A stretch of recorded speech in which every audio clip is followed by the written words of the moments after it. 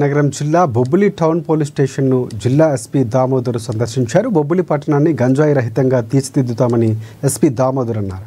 గంజాయి తాగినా, గంజాయి అమ్మినా, రవాణా చేసిన కఠిన చర్యలు తప్పవని హెచ్చరించారు. వాహనదారులు మద్యం సేవించి వాహనాలు నడిపితే కేసులు నమోదు చేసి జైలుకు పంపిస్తామని హెచ్చరించారు.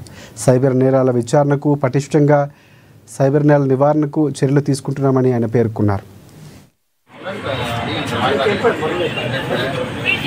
ఫస్ట్ ఒక 3-4 టార్గెట్స్ ప్రయారిటీ వర్క్స్ చూసి ఇవ్వడం జరిగింది. మొదట గాంజా ఈ యొక్క బొబ్బిల్లో గాంజా తాగే వాళ్ళని ఐడెంటిఫై చేయటం, అలాగే గాంజా అమ్మే వాళ్ళని ఐడెంటిఫై చేయటం, వీళ్ళందరినీ కూడా చట్టం ముందు నిలబెట్టడం, గట్టిగా వీళ్ళ మీద నిఘా పెట్టి గాంజా ఫ్రీ బొబ్బిలి చేయాలనేసి ఫస్ట్ ఒక టార్గెట్గా పెట్టుకున్నాం. సో ఇది ఒకటి. 2, యువత అంతా కూడా చాలా జాగ్రత్తగా గాంజా జోలికి వెళ్లకుండా, గాంజా చూసినా దాన్ని టచ్ చేసినా తాగినా జైలుకి గ్యారంటీ ఎవరైనా సరే. ఇది వెరీ క్లియర్ మా సైడ్ నుంచి. వాళ్ళకి గట్టిగానే పోలీసు కౌన్సిలింగ్ కూడా ఉంటుంది, గట్టిగా కౌన్సిలింగ్ ఉంటుంది మా ద్వారా.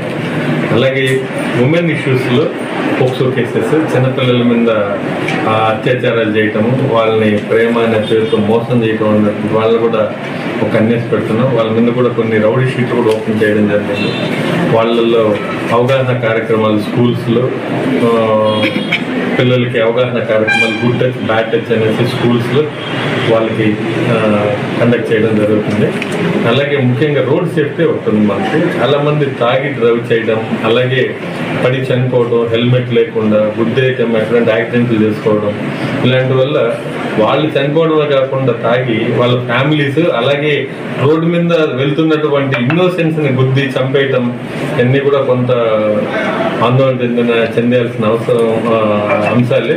అందుకని వాళ్ళని ఎలా అవగాహన కార్యక్రమాలు, ఎన్ఫోర్స్మెంట్, అలాగే సేమ్ టైం ఈసారి తాగిన వాళ్ళకి పనిష్మెంట్ 10,000 ఉండేది డ్రంక్ అండ్ డ్రైవ్లో. ఈసారి అలా కాదు, వెరీ క్లియర్గా వాళ్ళని జైల్లో వేయించే కార్యక్రమం తయారు చేసేదానికి ఒక యాక్షన్ ప్లాన్ తయారు చేస్తాం. తాగి బండి ఎక్కిన, డ్రైవ్ చేసిన పట్టుకుని వీళ్ళని జైలుకి పంపిస్తాం. సో ఇస్తారు. అలాగే మీ ఆధార్ కార్డు యూజ్ చేసి వేరే దగ్గర ఒక 5 crores చీటింగ్ చేశారు, ఇప్పుడు మీరు కట్టాలి, కట్టకపోతే మిమ్మల్ని అరెస్ట్ చేస్తామని చెప్పి సుప్రీంకోర్టు మీకు ఆర్డర్ ఇచ్చింది, లేదా హైకోర్టు ఆర్డర్ ఇచ్చింది అనేసి ఆన్లైన్లో బెదిరించడం, ఒక యూనిఫామ్ వేసుకున్నటువంటి పోలీసులు, అలాగే కోర్టు వేసుకొని ఒక మ్యాజిస్ట్రేట్ జడ్జి లాగా కూర్చొని ఈ సుప్రీంకోర్టు హైకోర్టు అని ప్రజల్ని భయభ్రాంతులు చేసి వాళ్ళని ఒక గందరగోళ స్థితిలోకి నెట్టి అరెస్ట్ చేస్తాం, ఫ్యామిలీ మెంబర్స్ అందరినీ భయపెట్టి వాళ్ళ ద్వారా మీరు డిపాజిట్ చేయండి, మీరు తప్పు చేయకపోతే మీ డిపాజిట్ తిరిగిస్తామని చెప్పి